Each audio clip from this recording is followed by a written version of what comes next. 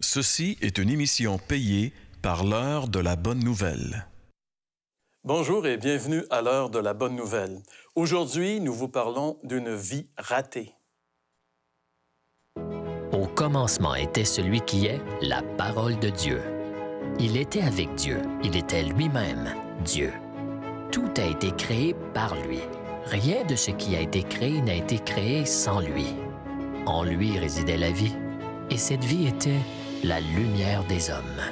Celle-ci était la véritable lumière, celle qui, en venant dans le monde, éclaire tout être humain. Comme le thème l'indique cette année, le visiteur venu du ciel, eh bien, encore une fois, aujourd'hui, nous allons retrouver Jésus en relation avec une personne qui a vraiment besoin de lui, une personne que Jésus va trouver là où elle est. Il vient nous chercher là où nous sommes afin de nous changer et de nous élever. Et pour parler de cette rencontre que Jésus a eue avec cette femme au puits de Sychar, j'accueille mes collègues de toujours, François et Jeff. Bonjour, messieurs. Bonjour.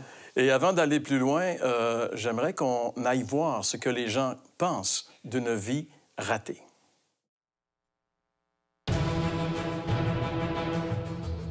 Qu'est-ce que serait une vie ratée pour toi?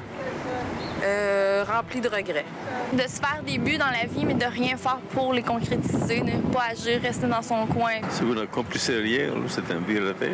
Une vie où on n'est pas heureux, pas personne à l'écoute de toi. Quelqu'un qui ne sait pas se pardonner. De ne pas réussir à trouver le bonheur dans chaque petit moment qu'on vit. Qui s'est garoché dans la drogue. Pas d'amis. Une vie ratée, pour moi, c'est celui qui a perdu et qui n'a pas de boussole dans la vie. Parce que la vie, il faut avoir une orientation, il faut avoir un modèle.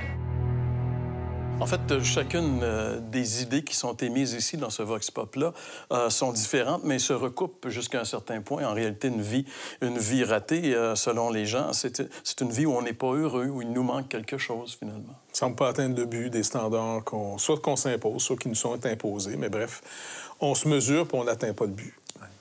Mais au-delà de... Tu sais, on parle souvent des standards que la société nous impose. C'est notre cue un peu, c'est notre repère, mais au-delà de la réussite relative de la vie, il y en a qui ont réussi dans la vie, il faut le dire, financièrement, familial, etc. Mais au-delà de ça, il y a aussi l'au-delà, littéralement l'au-delà, c'est-à-dire qu'est-ce qu'il y a de l'autre côté.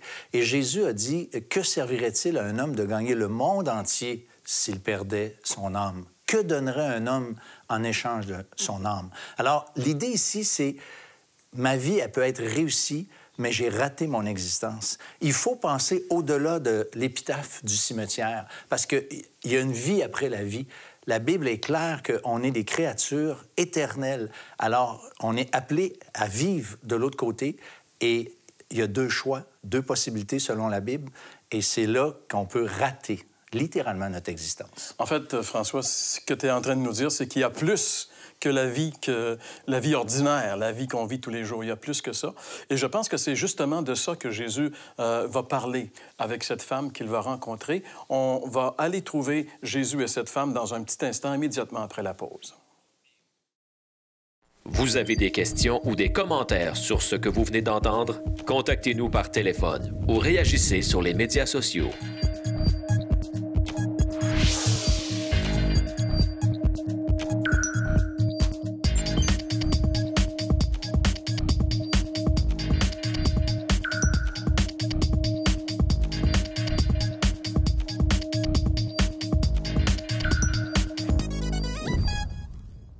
Alors, le texte d'aujourd'hui se trouve dans l'Évangile de Jean. J'aimerais vous lire quelques versets. D'abord, dans l'Évangile de Jean, à partir du verset 4, quelques versets. « Comme il fallait qu'il passe par la Samarie, il arriva dans une ville de Samarie nommée Sychar, près du champ que Jacob avait donné à Joseph, son fils. Là se trouvait le puits de Jacob. Jésus, fatigué du voyage, était assis au bord du puits. C'était environ la 6e heure. Une femme de Samarie vint puiser de l'eau. Jésus lui dit, « Donne-moi à boire. » C'est, pour entrer dans le sujet, un texte qui nous permet de constater certaines choses. Par exemple, Jésus se retrouve en Samarie. La Samarie était une province situé entre deux autres provinces, c'est-à-dire la Judée au sud et la Galilée au nord. Et il y avait entre les Samaritains, les gens qui habitaient la Samarie, et les autres Juifs, soit du nord, soit du sud, il y avait une espèce d'inimitié, en réalité, d'animosité, parce que les Juifs ne reconnaissaient pas les Samaritains comme étant des vrais Juifs. En fait, on pourrait peut-être comparer la situation de l'époque avec ce qui se passe aujourd'hui en Israël, avec les Palestiniens, par exemple. On sait que ça ne s'entend pas très, très bien, les Juifs et les Palestiniens.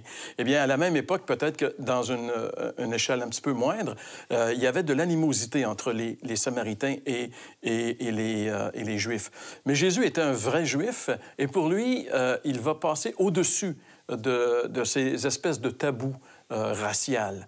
Il va passer par la Samarie, il aurait pu passer par ailleurs, il va passer par la Samarie, et on a lu ici qu'il est dit que c'était la 6e heure, donc ça veut dire dans notre langage à nous qu'il était midi, Jésus était fatigué, il était assoiffé, il est assis sur la margelle du puits, et quand cette femme arrive, alors Jésus va lui demander « Donne-moi à boire ». Il y a des choses un peu intrigantes dans la façon dont les événements se déroulent ici. D'abord, on est dans une culture où l'eau ne se trouve pas dans nos maisons. Déjà là, ça produit un aspect différent. Les gens doivent aller au puits 2 fois par jour ou 1 fois par jour pour aller chercher de l'eau. On allait, par exemple, je sais pas moi, 2 ou 3 fois par semaine au lavoir. Les femmes amenaient leur linge et puis ils lavaient tout le linge ensemble puis ils parlaient ensemble. C'était la place publique, le lieu des informations, le lieu affectif en réalité. Tu sais, c'était la place publique. Cette femme est à midi. À midi, dans une culture du Moyen-Orient, spécialement même toute la Méditerranée, il y a la fameuse sieste. Tout le monde reste chez eux, le soleil cogne assez fort. Et là, Jésus, qui est dans un besoin de boire, ce qui est intéressant en passant quand on veut mesurer si quelqu'un atteint son but ou non, Jésus n'est pas venu comme un surhomme. Là, souvent, on regarde des films, les gars, ils n'ont jamais bu, ils vont pas aux toilettes, il n'y a plus rien qui se passe. T'sais. Non, mais c'est vrai, on a nos mythes. Là, t'sais. Donc, Jésus, il a cette capacité humaine limitée. Quoi qu'il est Dieu, il vit ça humainement. Il est fatigué, il est assis sur le bord du puits. Les disciples sont partis au village acheter de la nourriture. Et là, il demande de l'eau à la femme. Un homme, hein, un Juif, demande à une femme samaritaine. Là, vous avez tout pour pas que ça se parle. Tout là-dedans pour pas qu'il y ait de discussion. Ah, oui. Et la femme est tellement surprise qu'un Juif lui demande à elle, une femme et samaritaine par-dessus le marché, de lui donner à boire. Parce que même pour un Juif, normalement, là, il n'aurait pas pris l'eau de cette femme parce que l'eau serait devenue impure parce qu'elle l'aurait touchée. C'est à ce point-là, on l'oublie ça trop souvent. Et là, il est en train de vraiment la mettre en situation. C'est très gênant, à la limite. Mais Jésus, il a une compassion au-delà de ses propres besoins. Il est en train de voir les besoins de cette femme. D'abord, elle est là à midi. Elle ne vient plus sur la place publique quand tout le monde est là. Et elle se cache, elle a échoué. Et puis là, Jésus va l'amener un peu plus loin. Puis c'est vraiment intéressant de voir par les textes comment Jésus va vraiment affranchir cette dame-là, parce qu'elle a échoué sa vie. Il va nous montrer comment elle a échoué. Et puis, dans tous les sens du mot, elle a échoué. Elle fait partie, à la limite, de ce que les Juifs considéraient comme une secte, des hérétiques. Un peu comme si nous, on considère certaines religions comme étant des sectes. Et puis, il y a vraiment une animosité. Même qu'on soit un athée, qu'on méprise les croyants, qu'on soit un croyant qui méprise les athées, entre croyants, on se méprise, on est des pros de la méprise, tu sais, je veux dire, on est capable. Mais là, Jésus va vraiment faire une démonstration absolument incroyable. Il ne va jamais le faire au détriment de ce qui est juste. Mais comment il va faire pour atteindre cette femme, pour lui redonner sa dignité, puis vraiment un espoir? Elle n'a plus, là. Moi, j'aime beaucoup, il y a un verset dans le texte qu'on a lu, « Il fallait qu'il passe par la Samarie ». On peut dire qu'il fallait parce que c'était le chemin, mais c'est pas tout à fait vrai. Les Juifs n'avaient pas l'habitude d'emprunter ce chemin-là, hein? Mais il fallait, moi, je pense que Jésus avait un rendez-vous, un divin rendez-vous avec cette femme-là.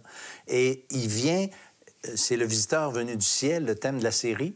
Mais ici, le visiteur venu du ciel fait une autre étape, pour ainsi dire, et va voir cette femme, cette Samaritaine, méchante Samaritaine, on pourrait dire, pour le Juif classique. Puis il arrive, puis il va à son niveau, il va la voir. Donc, il vient intervenir malgré le fait que cette femme-là avait peut-être, comme tu dis, subi des échecs. Je trouve ça génial, puis c'est vrai encore aujourd'hui. Dieu nous parle à nous. Et même jusqu'à un certain point, il serait un peu vulnérable. Il lui dit, donne-moi à boire. J'ai un besoin que tu peux me rendre, un service que tu peux me rendre. C'est quand même... Alors, on voit ici que Jésus connecte véritablement avec cette personne. Le visiteur venu du ciel est venu pour connecter avec nous en bas. Et on va voir un petit peu ici la discussion qu'il va y avoir entre les deux. On va lire, si vous le voulez, on va continuer à partir du verset 13. Jésus lui répondit, « Quiconque boit de cette eau aura encore soif. Mais celui qui boira de l'eau que je lui donnerai n'aura jamais soif. Et l'eau que je lui donnerai deviendra en lui une source d'eau vive qui jaillira jusque dans la vie éternelle. » La femme lui dit, « Seigneur, donne-moi cette eau, afin que je n'ai plus soif et que je ne vienne plus puiser ici. » « Va, lui dit Jésus, appelle ton mari et viens ici. » La femme répondit, « Je n'ai point de mari. » Jésus lui dit, « Tu as eu raison de dire « Je n'ai point de mari », car tu as eu 5 maris, et celui que tu as maintenant n'est pas ton mari. » Donc, la discussion ici est assez spéciale jusqu'à un certain point. Oui, parce que c'est intéressant, c'est un gars qui a soif, qui demande à boire, qui dit, moi, de me donner de l'eau que tu n'aurais plus besoin de boire, mais il a soif. Elle doit se dire, attends, je parle avec qui, moi, là? On comprend pourquoi que la femme est un peu mêlée quand que... Exactement. Il y a comme 2 niveaux, là. Hein? Oui. Ouais, mais c'est ça, la différence. Elle doit bien savoir aussi qu'il est en train de l'amener sur un autre terrain, mais sur le coup, elle aurait pu être moqueuse un peu. Oui. T'es pas supposé, toi, d'avoir soif ou tu... Donc, c'est quand même intéressant. Le Seigneur se rend aussi vulnérable dans la situation parce qu'il ne cachera pas où il veut l'amener. Elle n'est pas, cette femme-là, écoute, elle n'est pas innocente. Là. Elle sait très bien que le Juif, il y a un but dans la tête, le vrai Juif, le Juif qui est vraiment croyant, puis il y en avait plusieurs en Israël. Écoute, son but, c'est revenez à Jérusalem, revenez chez nous, revenez dans la vraie religion. Regardez, nous, comment ça va bien, versus vous, ça va pas bien. Et ça, c'est le langage souvent religieux, méritoire. Tu as encore ici des standards à atteindre pour peut-être que Dieu va te visiter, si tu en es digne. Donc, elle doit se demander, ce Juif-là, il veut m'amener où, là? Parce que c'est pas la première conversation qu'ils ont en tension entre ces deux peuples-là, là. Fait que c'est le fun, ça. Bien, Jésus réussit quand même à attiser sa curiosité parce qu'elle dit « J'en veux de cette eau, donne-moi cette eau afin que je vienne plus ici. » Elle n'aime pas ça, elle allait puiser au puits pour les raisons qu'on a évoquées. Ça la met, je veux dire, ça la rend publique. Ça l'expose. Et Jésus va lui dire, à partir de ce moment-là, c'est correct, je t'en donner, mais va chercher d'abord ton mari. Il y a un switch là, qui est assez spécial. Tu sais. Va chercher ton mari. Mais là, tu sais, on parlait tantôt de Jésus. Jésus est venu du ciel, il s'est abaissé, il a été jusqu'à cette femme, mais il va même à son niveau où sa vie a été ratée. Tu sais, l'aspect peut-être le plus intime de sa vie à cette femme-là. Les relations. Il va chercher ça, tu sais. Puis elle, la femme, ça, je trouve ça intéressant, la femme réagit. Et puis là, elle commence à jouer, moi, j'appelle ça au ping-pong religieux, tu sais, parce que là, Jésus... Mais c'est sûr qu'elle veut se défendre, parce que, regarde, dans le contexte, on a aussi peut-être tendance à l'oublier, contrairement à aujourd'hui, où on essaie de travailler les droits égaux pour hommes et femmes, qui n'est pas toujours évident en passant, même encore aujourd'hui. À cette époque-là, les femmes ne divorçaient pas leur mari. C'était le privilège des maris de divorcer leur femme. Elle a été répudiée, rejetée 5 fois. Là, écoute, elle doit se demander, écoutons... C'est une femme très blessée. Ben oui, rejetée. Même quand quelqu'un échoue, tu sais, on peut échouer facilement nos relations, notre mariage, même si tu t'essaies le mieux que tu peux. Quand tu échoues puis l'autre te quitte, là, écoute, tu es complètement bouleversé parce que tu as beau pendant un temps mettre la faute sur l'autre, il est méchant, elle est méchante, elle est partie, blabla, c'est vrai. Mais après, tu te demandes comment ça se fait que j'ai pas pu le retenir? Qu'est-ce que j'ai pas vu? Qu'est-ce que j'ai pas compris? Elle, 5 fois. Dans une culture qui a beaucoup moins de grâce qu'aujourd'hui, là. Et là, le Seigneur fait exprès quasiment pour toucher en disant, je m'en viens de délivrer. Mais pour délivrer quelqu'un comme un bon médecin, il faut qu'il touche le vrai problème. Ça, c'est Regarde, là, je vais te toucher où ça, c'est toute ta vie. Parce que quand quelqu'un est pris dans un problème, là, ça devient toute sa vie, même s'il y a plein d'autres activités. Elle, là, ça gâche sa vie de A à Z. Sa vie, pour elle, sa vie, c'était ses relations. Et puis, elle les a toutes ratées. Donc, c'est pour ça que... Et ça, c'est intéressant. Je vais lire un autre petit passage qui va conclure un petit peu cette rencontre de Jésus avec cette femme. Au verset 28, il est dit, « Alors la femme, ayant laissé sa cruche, elle est venue pour puiser de l'eau, et après qu'elle ait rencontré Jésus, elle oublie sa cruche. » Elle a laissé sa cruche. Ça veut dire qu'il s'est passé quelque chose. Là. Elle a complètement oublié la raison pour laquelle elle était venue. Elle s'en alla dans la ville et dit aux gens, « Venez voir un homme qui m'a dit tout ce que j'ai fait. Tout ce que j'ai fait. Ne serait-ce pas le Christ? » Et pour elle, quand Jésus lui a dit « Tu as eu 5 maris », il a mis sa vie complètement à nu devant elle. Oui, parce que sa vie, c'était ça, j'ai échoué. C'est une obsession après. Puis il l'a pas condamné. Non. Il l'a pas condamné. Puis au point qu'elle est retournée dans un village qu'elle se cachait à face parce qu'elle venait finalement à midi. Là, elle court dans le village. Il m'a tout dit ce que j'ai fait, ce qu'elle essayait de cacher depuis je sais pas combien d'années, la pauvre femme. La honte est partie. La honte est partie, la culpabilité est partie. Elle est libérée, elle court vers le village. Et je l'ai trouvée. Il m'a tout dit. Je suis encore vivante. C'est incroyable. Puis quand on trouve ça, quand on trouve cette paix que cette femme a trouvée, il y a quelque chose de normal à vouloir le dire. Ouais. Parce qu'on a envie de le dire. Tu sais, si moi, j'avais le cancer, puis quelqu'un m'a donné une formule, une pilule ou je sais pas quoi qui m'a guéri, puis je rencontre quelqu'un d'autre qui a le cancer, écoute bien, t'as le goût de le dire. Puis là, cette femme-là, sa réaction, elle s'est pas fait dire, là, maintenant, il faut que tu le dises. Non, elle est partie, elle, pouf, comme ça, tu sais. Donc, c'est vraiment génial. La rencontre que Jésus a eue avec cette femme a été une rencontre unique dans la vie de cette femme. Elle ne sera plus jamais la même personne parce qu'elle a rencontré sur la margelle du puits de Sichar ce jour-là le visiteur venu du ciel. Eh bien, ce même visiteur venu du ciel, il a rencontré cette femme, mais il est là aussi pour vous rencontrer, chacun de vous personnellement. Si vous ne l'avez jamais rencontré, bien, on espère que vous allez faire cette rencontre. Et peut-être pour faciliter les choses, vous pourriez lire ces textes, François. Bon, écoute, Jean-Pierre, merci, parce qu'on a l'Évangile de Jean en petit format. C'est juste l'Évangile de Jean. Il y a même des versets clés qui sont soulignés dans cette version-là. Et on vous l'offre tout à fait gratuitement. Et puis, en plus, puisqu'on parle de l'Évangile selon Jean pendant toute cette série, on vous offre un DVD sur Jésus, la vie de Jésus, tout ça basé sur les textes de l'Évangile de Jean. Et ça, c'est tout à fait gratuit aussi. Alors, si vous voulez avoir ça, entre autres, vous pouvez téléphoner au numéro suivant, le 1-866-509-1319, ou encore sur notre site Internet infohbn.ca. Ce visiteur venu du ciel rencontre encore des gens aujourd'hui. Il a rencontré Jacques Dumont. On écoute ça.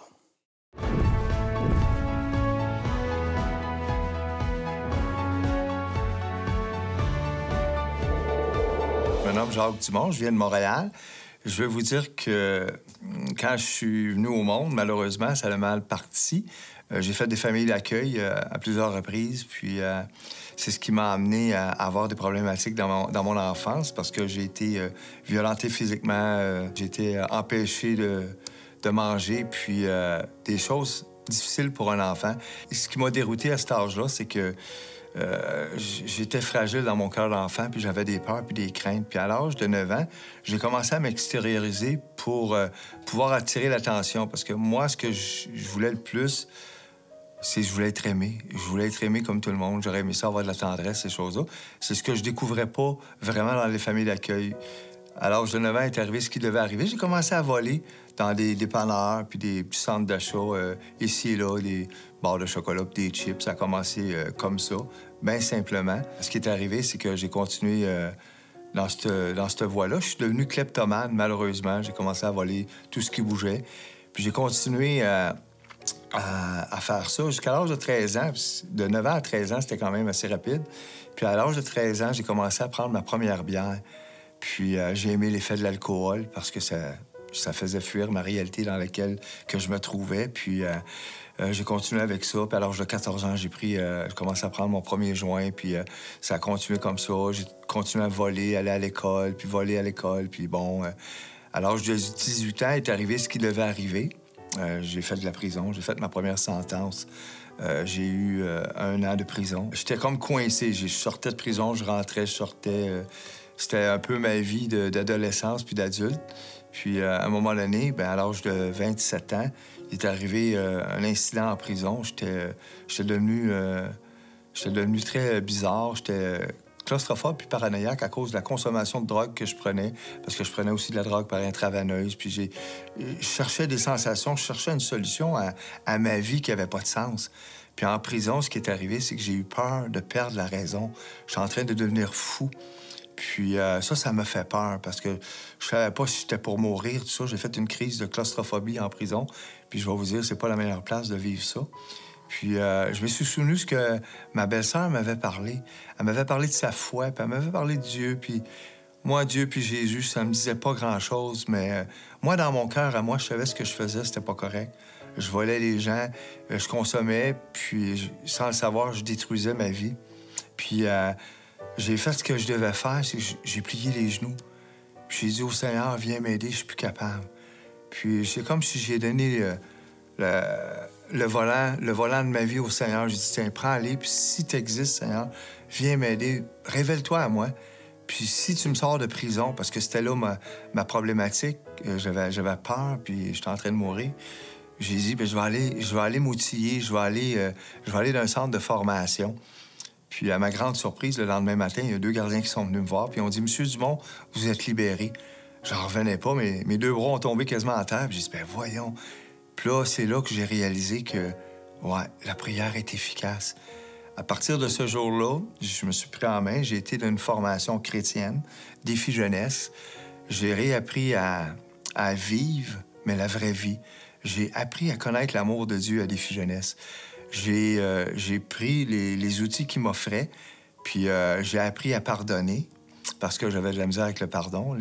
J'avais beaucoup d'amertume puis de ressentiment à cause des familles d'accueil puis du rejet. Puis ce que j'ai fait, ben, j'ai dit, Seigneur, moi, je suis pas capable de leur pardonner. Ben, je te les donne, puis aide-moi à les aimer puis à leur pardonner. Puis plusieurs mois après, à ma grande surprise, je pensais à ces gens-là qui m'ont fait du tort, puis j'avais de la compassion puis de l'amour pour eux. Puis là, je savais que ça venait pas de moi, puis je savais que Dieu avait déjà fait quelque chose dans mon cœur. Puis à un moment donné, j'avais de la misère aussi. J'étais alcoolique, puis je me demandais comment est-ce que je vais régler ce problème-là, puis je comprenais rien. Puis à un moment donné, je lisais dans l'Évangile, puis Jésus va dire de lui-même, il dit, « Ah, si celui qui a soif, ben qui vient à moi, puis l'eau que je vais lui donner, mais il n'y aura plus jamais soif. » Puis moi, j'ai pris ce texte-là intégralement, puis je me suis approprié de cette promesse-là. Puis depuis ce temps-là, j'ai plus jamais pris une goutte d'alcool. Parce que l'eau qu'il donne, elle jaillit jusque dans la vie éternelle, puis elle rassasie. C'est pas la même eau qu'on boit tous les jours, parce qu'elle, elle nous donne soif. Mais l'eau de la parole, elle nous donne plus jamais soif. Et c'est ce que j'ai expérimenté. C'est là que j'ai expérimenté ma délivrance de mon alcoolisme. J'avais peur dans le noir, c'était la même chose. À un moment donné, je me couchais le soir, puis j'allumais la lumière parce que j'avais peur. Puis à un moment donné, je suis tombé dans l'épître de Jean qui dit, Jésus va parler de lui-même encore, il va dire, « Je suis la lumière du monde. Celui qui me suit ne marchera plus dans les ténèbres, mais aura la lumière de la vie. » Puis là aussi, j'ai pris la promesse de Dieu, je me suis approprié, puis j'ai plus jamais eu peur dans le noir, parce que je savais que Jésus était la lumière du monde. Ce que ça a fait, j'ai développé ma foi, où ce que j'étais en formation en défi jeunesse, j'ai appris à connaître Dieu, à développer ma relation avec lui. Puis c'est la meilleure chose qui m'est arrivée. Aujourd'hui, je suis un homme qui est libre, qui n'est pas condamné, qui est heureux. Je sais que quand je vais mourir, où ce que je vais, parce que Dieu me l'a dit, que j'ai la vie éternelle, que si j'accepte le sacrifice que Jésus a fait à la croix. Ça, c'est merveilleux, c'est extraordinaire. Puis aujourd'hui, bien, je suis directeur des opérations à la soupe populaire du Café Rencontre au centre-ville. Puis ce que j'ai reçu gratuitement, je le donne gratuitement. Moi, mon talent aujourd'hui, je suis proclamateur, j'aime partager l'Évangile, j'aime donner de l'espoir aux gens qui sont captifs, qui sont sans espérance. Puis à la soupe populaire, bien, c'est l'amour inconditionnel qui règne. On veut aimer les gens comme Jésus nous a aimés. Il nous a pas condamnés, il nous a juste pardonnés, puis il nous a donné aussi l'accès à la vie éternelle. Voilà, c'est ce que j'aime faire aujourd'hui, depuis que j'ai plié les genoux dans ma prison, il y a 26 ans.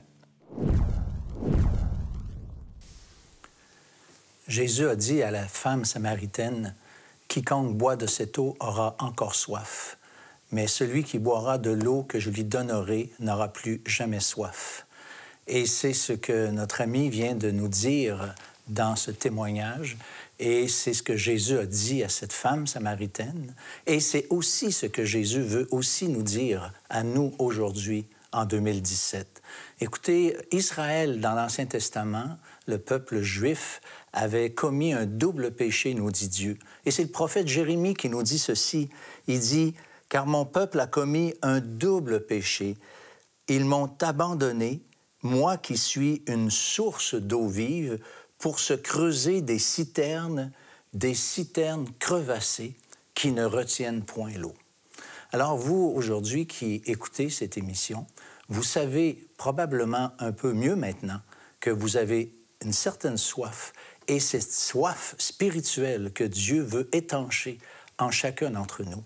Dieu, comme on l'a dit plus tôt, est descendu en Jésus-Christ dans ce monde et a été jusqu'à cette femme samaritaine et même a été jusqu'à dans son intimité la plus profonde, au fond, et il a touché son cœur en montrant que sa vie a été ratée et que maintenant, lui, il voulait faire la différence. Alors, une décision reste à prendre, comme cette femme a pris cette décision, comme Jacques Dumont a pris une décision. Il faut se positionner maintenant face à ce que Dieu a fait dans sa bonté, dans sa grâce. Dieu est venu pour nous racheter, pour nous libérer, pour nous donner une nouvelle vie. Tout en restant juste, il a puni le juste lorsque Jésus était sur la croix, afin que nous puissions obtenir sa justice en échange de notre foi, de notre confiance en lui. Alors, vous qui êtes là aujourd'hui, vous êtes invités à considérer et ne pas vous laisser du repos tant et aussi longtemps que vous n'aurez pas réglé cette question de l'éternité. L'heure de la bonne nouvelle vous invite à participer à l'un des nombreux déjeuners de l'espoir. Ces déjeuners ont lieu dans plusieurs restaurants réputés de la province et vous sont offerts gratuitement. Pour connaître les détails concernant l'endroit, la date et l'heure pour votre région, composez le numéro sans frais 1-866-509-1319. Vous pouvez également consulter le site web www.déjeuner.org. Vous avez des questions ou des commentaires sur ce que vous venez d'entendre? Contactez-nous par téléphone ou réagissez sur les médias sociaux.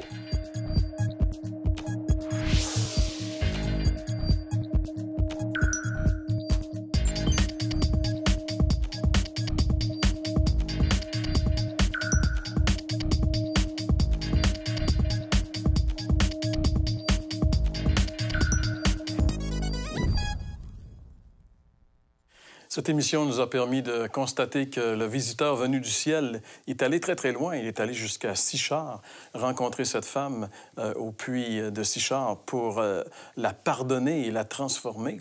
Il est allé aussi jusque dans la cellule, dans la prison de Jacques Dumont, comme on a entendu le témoignage, afin de lui donner de l'espoir, lui qui avait raté complètement sa vie. Et ce que Jésus a fait pour ces deux personnes, il peut le faire aussi pour n'importe qui.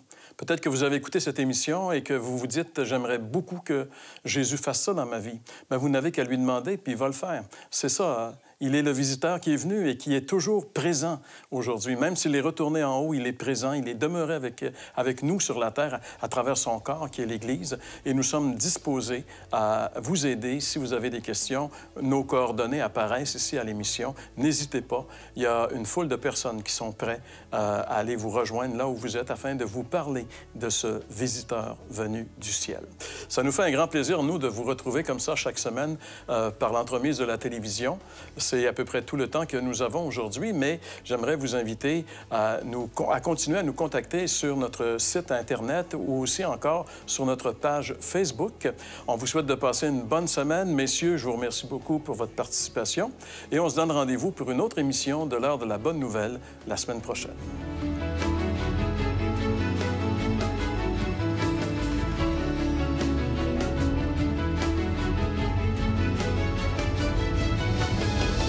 Ceci était une émission payée par l'heure de la bonne nouvelle.